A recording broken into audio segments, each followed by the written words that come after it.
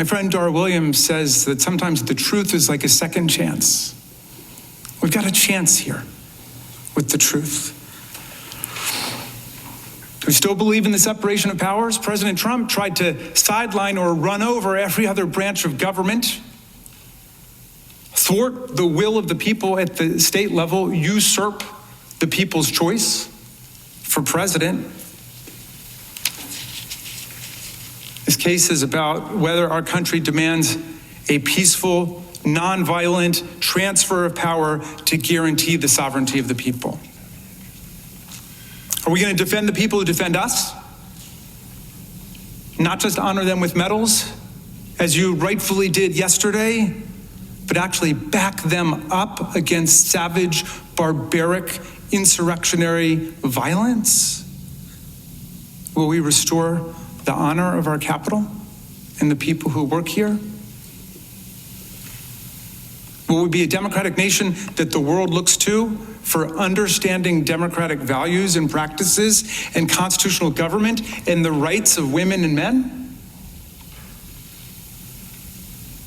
Will the Senate condone the President of the United States inciting a violent attack on our chambers, our offices, our staff, and the officers who protect us? When you see the footage of Officer Hodges stuck in the doorway, literally being tortured by the mob, if government did that to you, that would be torture. And when you see that footage and he's shouting in agony for his dear life, it's almost unwatchable. When the Vice President of the United States escapes a violent mob that's entered this Capitol building, seeking to hang him and calling out traitor, traitor, traitor, and when they shut down the counting of the Electoral College votes, is this the future you imagine for our kids? Is it totally appropriate, as we've been told? Or as Representative Cheney said, is it the greatest betrayal of the presidential oath of office in the history of our country? And if we can't handle this together as a people, all of us, forgetting the lines of party and ideology and geography and all of those things, if we can't handle this, how are we ever going to conquer the other crises of our day? Is this America?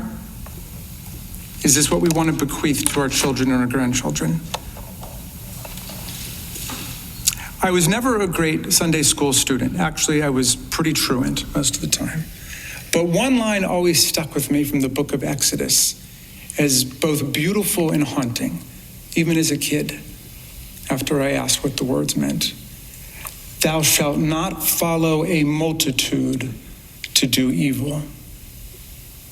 Thou shalt not follow a multitude to do evil.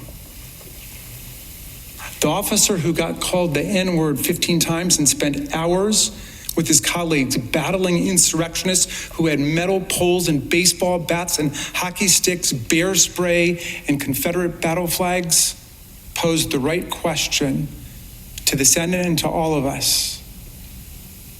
Is this America?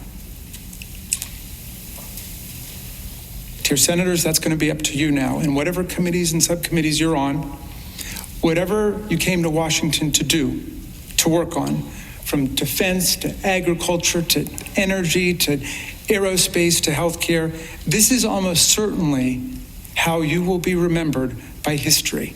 That might not be fair. It really might not be fair, but none of us can escape the demands of history and destiny right now. Our reputations and our legacy will be inextricably intertwined with what we do here and with how you exercise your oath to do impartial justice. Impartial justice.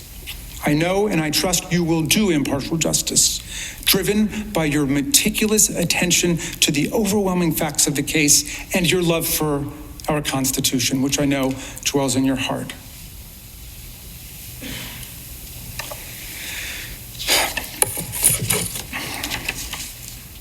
The times have found us, said Tom Paine, the namesake of my son. The times have found us. Is this America? What kind of America will we be? It's now literally in your hands. Godspeed to the Senate of the United States.